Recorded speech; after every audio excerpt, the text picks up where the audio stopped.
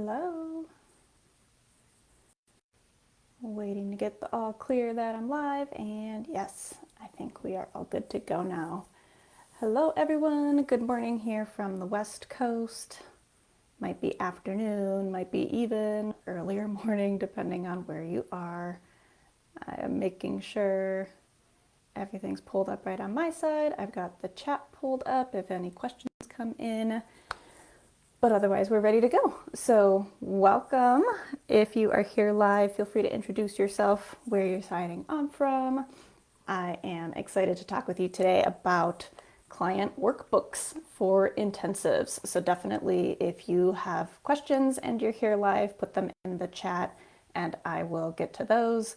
Sometimes the chat, for some reason, doesn't always show me all the prompts or questions that come in, so know that if I'm not answering it, it's probably because I didn't see it. So just try putting it in again, and then usually it works.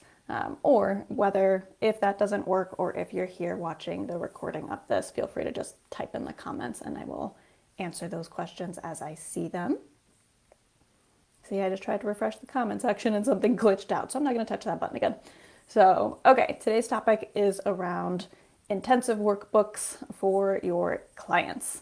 The first thing that I always want to say about this is that this is a totally optional thing. I think you all have probably seen lots of information where other therapists are asking about a client workbook. So then I think people are like, wait, I have to do a workbook. No, you do not have to do a workbook. This is not mandatory by any means. If you choose to do one, I'm going to walk you through some of the things that I've thought about, things I've seen work really well for some other therapists, things that clients have appreciated, or even times where clients have said, no, thank you, I don't want it.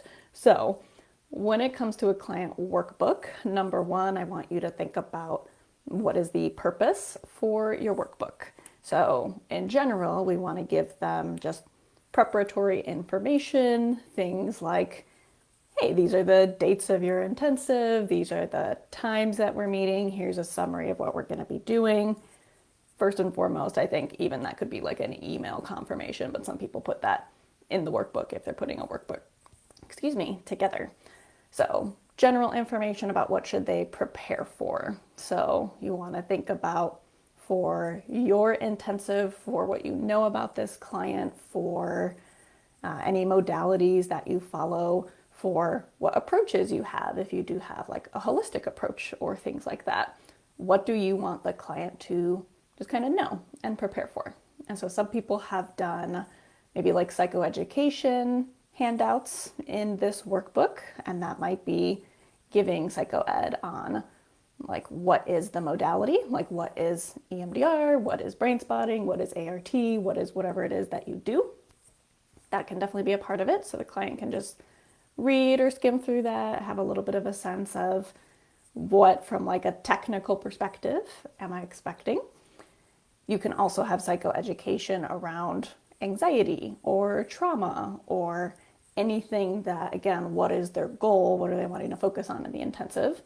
Things that can just be helpful for them to be thinking about. So, number one, all of the preparatory information of where are we meeting, when, and I guess not when and where, but when, and, psychoed. What can we really expect here? So tell me in the comments what you all are thinking about when it comes to your workbook. What is it that you're wanting to kind of capture in there? Because again, I've got my ideas, but I want to make sure I flesh out things with you, give you all any feedback if you have questions about things. So preparatory information, any kind of psychoeducation.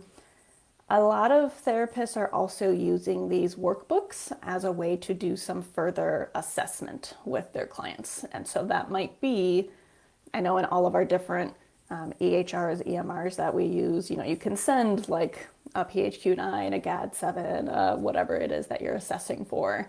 So you can certainly do that already through the platform, or some people have just taken all of those and put it in the workbook so that the client is doing everything from the workbook. So the workbook could in and of itself kind of be both like intake paperwork as well as resources and psychoeducation and things like that. So that's one thing to think about is, again, what is the purpose of your workbook? Is it serving as part intake paperwork, or is it just kind of for client to, prep before the intensive, to do any kind of journaling during the intensive? If you're doing like a 3-day thing, are they doing journaling after night 1, after night 2, or something like that? So what is the purpose of the workbook? Kristen, you work with kids, so play therapy worksheets. Absolutely. Yeah, it can be another place of, right, like the aftercare, right? You're not just preparing them, you're not just processing during the intensive, but afterwards, right? Like, what are some of those continued skills you can practice? What are some people have also included like other alternative treatments that you might recommend, because you might say, yeah, continue with this line of treatment in weekly therapy if that's what the client is looking for. Or it might also be, here are some other things to be considering. Like after this intensive, you might want to look at the safe and sound protocol. What is the safe and sound protocol? Or different worksheets that are basically like that. So now that I'm on that topic, within a workbook too, right? So we've got the before, how are we prepping people for the intensive? The during, so are there different journal prompts generally that you're asking clients to think about in your routine sessions already? Like, are you having them track things that they're learning? Are they kind of tracking their triggers? Are they tracking their dreams? Things like that. So that can be the during aspect. And then the after aspect is, right, like what's next for you? So that can continue to be, here's some different worksheets about other recommendations. These can be, if you're like me, you already have like a set folder, digital or paper, where you are already like, I give this to every client, like these coping skills, this breathing technique, this thing. Take all that, put it in your workbook, right? Like you're probably going to give that client it anyway. You might as well standardize it for yourself and have it as a kind of chunk of this thing that you're just already giving to people. So what are some of the things that you are already giving to your clients? And what especially do you think from an intensive, giving the processing that they're doing, whether that's trauma or anxiety or couples work, like what are the things you would want them especially to take away after an intensive processing session that you would do with them? So again, the before, the during, and the after, you want to think about what are those things that you are really wanting people to take away. So I'm looking through my own example of my workbook. Other things when it comes to like the before, I have this conversation with people during the consultation call and at the intake call. But again, it can be helpful to sometimes put to paper, because the consultation call, you might be talking about a lot of different, you're answering a lot of different questions, you're talking about a lot of different points, you're scheduling and things like that. So sometimes just having stuff on paper is helpful. So I have a section in mine that's about, self-care before the intensive, right? Like probably do not go out and stay up late the night before your intensive. Maybe if you can afford to, consider taking the morning or the day before off of work. Or if childcare is a part of your life, consider, can we get some childcare so that you're not having to worry about that? So thinking about what kind of self-care do you want them to do before the intensive? So I'm always telling people, as much as possible, try and get a good night's sleep, try to nourish your body really well, try to get some movement in, especially because whether I'm doing virtual or in-person intensives, they're sitting for a long time. So movement is a big part of that. So I'm telling them just engage in some self-care before the intensive. Take that time off if they can. And that might not always be from work. Maybe that's from if they do like a ton of activities, or if they're like, I see friends and family like every other day, like maybe considering just kind of taking some time off, giving your system a chance to settle and rest a little bit, so that when you get into this, you can feel a little bit more focused. Because if they're doing all the busy things that they're normally doing, if busyness is a part of their coping strategy, then it's not giving them a chance to like settle as much. I find that a lot of people, if they take some time off, even a day, from some of the stressors and the triggers in their life, then they actually become more focused in their intensive. So You can kind of give them some guidance around that of what do you suggest taking some time off from, and then really thinking about, again, what are their intentions for the session, right? Like they have their goals of here are the things I want to accomplish, the things I want to work through,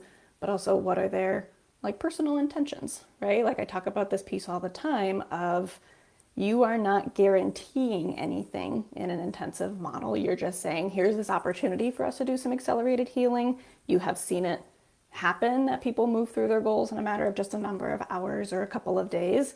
The more that you do intensives, the more you'll feel really confident saying that. But it's also about like, yeah, just having grace and patience and compassion for ourselves.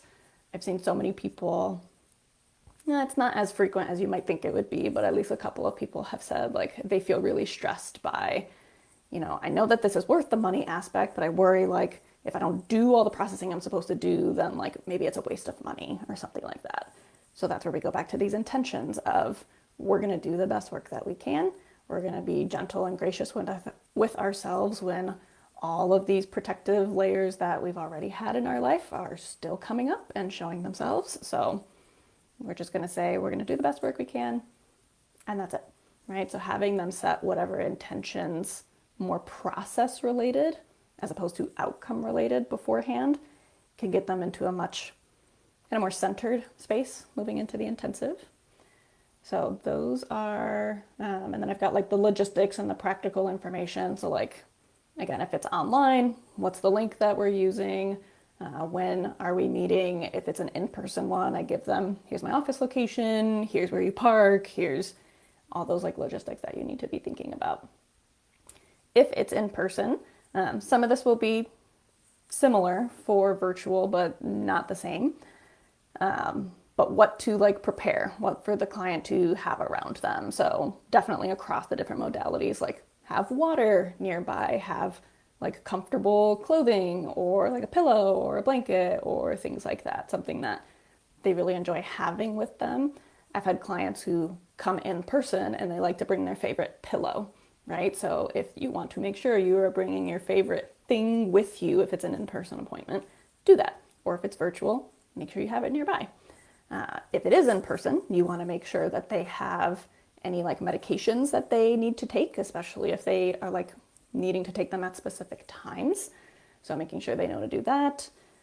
Something you all can consider. I know that this is, different therapists have different perspectives when it comes to like food offerings, especially because we don't know people's allergies and things like that. But ultimately you can tell them, bring snacks, especially if you take breaks during the intensive. So you just want to kind of, again, prep them and think about what is everything they need to prepare and think about and bring if it's an in-person. And then I also give them, here's a reminder of our schedule, which if you're doing a 3-hour intensive, that's still important, especially if you're doing a multi-day intensive and it's not like back-to-back days. If it's like we're doing a Tuesday, Thursday, Saturday, then you want to remind them Tuesday, this date, Thursday, this date, Saturday, this date. Are they the same time on each day? Are they different times on each day? But again, just having sometimes that physical on one page reminder of that can be helpful to look at.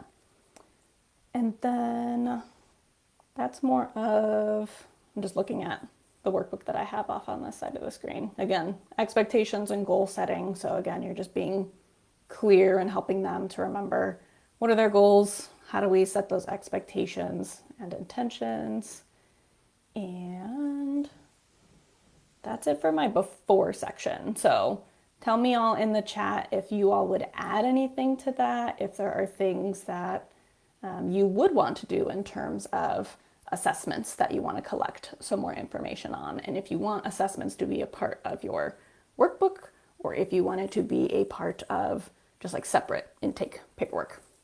Because I think that's super important for you to know, like your processes of how you're doing everything, even how you are sharing that document. So I've seen some people just make it a Word doc or a PDF and send it via email or send it through their EHR, or there's a link that they open up and it's a Google Doc.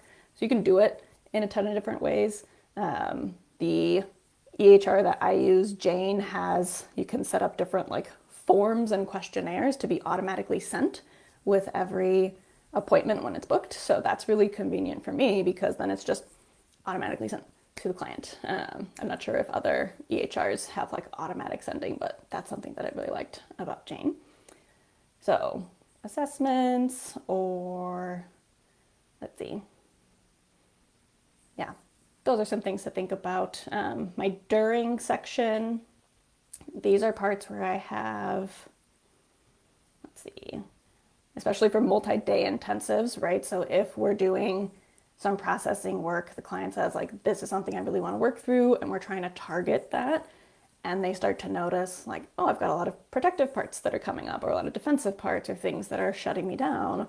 Or on the other hand, I actually felt really connected to this resource, which a lot of people will find is something connected to like a spiritual or a religious belief, or they think about a family member or a pet or something like that that they didn't expect to think about.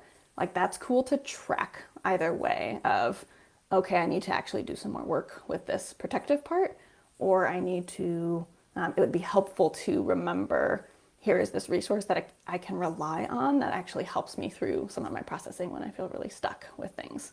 So you can have them to just keep a log of what they're noticing in between each session, even if that is, if you're doing like 90 minutes and a 30-minute break and 90 minutes, even in that 30-minute break, ask people if they're open to just like tracking that, because 90 minutes is still a lot of therapy. So stuff is probably coming up. So that's kind of my during section, is just having people think about, what are they already noticing so far? Let me know if you would do anything different, or if you want feedback on anything. And then that after section, like I talked about earlier, is really just about, whatever you want for the after. If that's those coping skills, if that's more journal prompts, if that's based on the things they started talking about and doing some work with, is it a list of self-help books or podcasts, or what other resources would you recommend? Again, do you have a set that you just kind of recommend to everyone anyway, versus what's more specific and tailored to this individual client? So again, you're just putting that all in one thing. Now I've seen it done a couple different ways with these workbooks, because right as I'm talking about it, there's a before, a during, and after. I've seen some people just send the whole thing at once. So obviously you can do that. The downside of that is that when you're thinking about those like after resources, right, if you are doing ones that are personalized to them, you might have a sense from the intake in the consultation session what you would want to give them for those after resources. But obviously like stuff might come up that you didn't predict. So that would be a downside of doing that. So then some people will send, here is this workbook that I have saved as this document, but then at each individual point, right, here's this before section as a separate document, here's the during as a separate document, here's the after as a separate document. So you can do whatever makes sense for you. And then I want to come back to this piece that I said at the beginning too, of not everyone's going to want this in terms of the clients themselves. You may not even want to do it. And again, you have full permission to not do it. This is just an option. It is completely optional. You are doing enough work as it is. This isn't something you have to add onto yourselves. Some people like to do it. So full permission to just do what works for you. That said, if you choose to do it, if you choose to make it a part of your offering, what I learned to do in my time of offering intensives is to also make it optional for clients. I don't say that it's unnecessary that they have to complete some of those things. I keep my assessments outside of my workbook. Obviously, if assessments are part of your workbook, then at least you want to make that part of it a little bit more mandatory. Sounds like a bad word. I don't want to say that. You want to say that that's a little bit more important because you want that information from them. But I have had clients who have explicitly said, like, I already do a really good job of journaling and tracking things, and I've already done these years of assessments and understanding different parts of myself and stuff like that. And so they just choose to like turn down the workbook, which again is fine. They have full autonomy to do that too. So that I think is just a good reminder for you that this isn't something you have to do. A lot of clients that already come into intensives are very savvy. They've read way more books than I have. They know way more resources. I actually learn a lot from my clients who do intensives because they share with me all these resources they've tried up until figuring out maybe it's the way I do therapy that needs to change in order for me to get to where I want to be. So you don't have to have all of these things in place for them. You certainly can.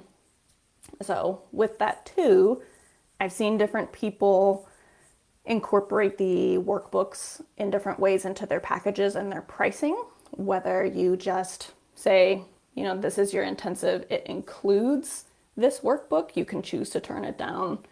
I can just give it to you and then you can just not touch it. Or you can say, here is this intensive package with the intake, the processing session, and maybe follow-up sessions. And for like a separate cost, I can send you this personalized workbook, because if you're doing the work to make it specific to the client, you might want to be compensated for that. Totally makes sense. At the same time, some people might see that as permission to I don't want it if it's an extra cost, knowing that intensives are already a higher investment point than weekly traditional therapy. So that's always something to just consider too, is if people are already doing this bigger investment, it might just be something that you want to make a part of what they're investing in. Is here is this workbook. You can also say, there's an optional workbook that I can send you if you would like to track your progress over time and things like that. So again, all things are optional. This is just about, does this fit in alignment with the type of intensives you want to offer? Or if it's going to stress you out, right? There's already enough initial anxiety for people new to intensives about, I have to do this new type of therapy. If it's going to stress you out to do a workbook, again, you have full permission to not have to add a workbook into your package offerings. It can be something you see how you feel about it. It can be something you just don't do for now. And if you want to add on later, again, this is your choice. This is your practice. This is your offering. You do what works for you. So ultimately, recap, when it comes to the workbooks, again, do what works for you. I have sections that are preparing the client for the intensive. So all the logistical information, all of the, what to bring to an intensive, what this is, what you can expect. Let's set some goals, let's set some intentions, and then some during the intensive. How are things going so far? What are you learning about yourself? What might be kind of a target for the next processing session? And then an after, just any kind of resources, any kind of follow-up plans. I don't do this for my individuals because they tend to, I think, integrate things, excuse me, a little bit differently than couples. But for my couples, I do write them a summary letter of, here's everything that we talked about in these. Usually I'm doing 2-day couples intensives. So we identified your problem, which is this cycle that you get into that's triggered by XYZ. Here's how we talked about disrupting that cycle. Here are some skills so that you can continue to work on disrupting that cycle. So my couples have really liked that. At some point, it might be a thing that I offer to individuals as well. But again, I think a lot of my individuals just kind of feel those shifts and don't necessarily need that explicit summary letter of that. Whereas couples really, really appreciate that. So I just talked a lot about everything you can consider, all the different options that you have. So I'm going to leave the last few minutes. If there are any questions, please put those in the chat.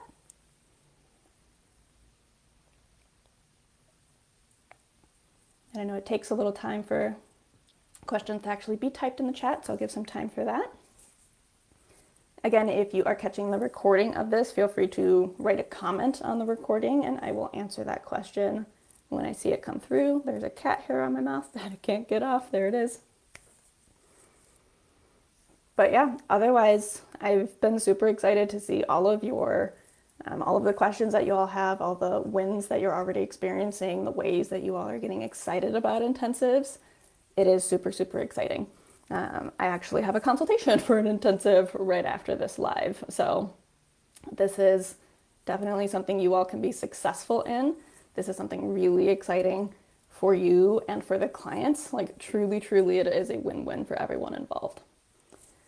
How do you know how long to do the sessions? Good question, Elizabeth. A lot of it's going to depend on what you practice in terms of your modalities and what the client's goals are. So for example, I do a lot of EMDR, brain spotting, and internal family systems work for my individuals. Those sessions, people pretty easily go 3 to 4 hours before feeling pretty like fatigued. So I usually do 3 to 4 hour sessions.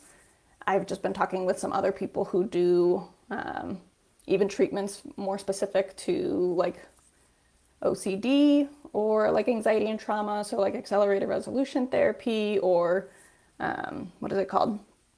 Prolonged exposure therapy, things like that, where based on what they know about that model, their experience with it, they're like 90 minutes to 2 hours already seems like good enough, and clients work through things. So the modality you work with specifically might already have some kind of guidance, and your experience might influence that. But generally, I tell people too, like, do what works for you. If the sound of a 3 to 4 hour intensive sounds terrible, if you're like, I think 90 minutes at a time is about all I can handle, at least to start with, then just offer 90. There's no downside to that. It's still an extended therapy session. People still make lots of movement in a 90-minute session, so just play with it. There's no right or wrong.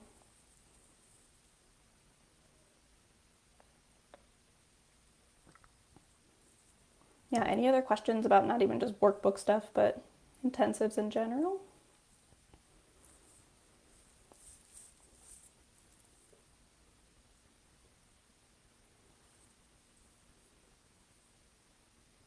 Okay, feel free to, as there's any questions, again, leave a comment on the recording. Also, feel free to just DM me directly. Usually I can respond to those within a couple of days. So if there are no other questions right now, thank you all so much for those of you who are able to make it live. Thank you for those who are watching the recording, even if it's at 2 times speed. I totally do that to any recording I watch. And I will, let me make sure I got the date right. Yes, I believe in 2 weeks, actually, the next live that I'll be doing is with Shane Burkle. I posted an announcement maybe a couple weeks ago at this point because I wanted to give you all plenty of notice. But he and I are going to talk more specifically about couples intensives and our experiences with that, what we like about that, what we've learned about doing them. So make sure to catch that live if you can. Otherwise, yeah, I will see you around in the group. Feel free to reach out with questions if I can help you with anything. And I will see you all next time. Bye, everyone. Have a good rest of your day and a good week. Take care.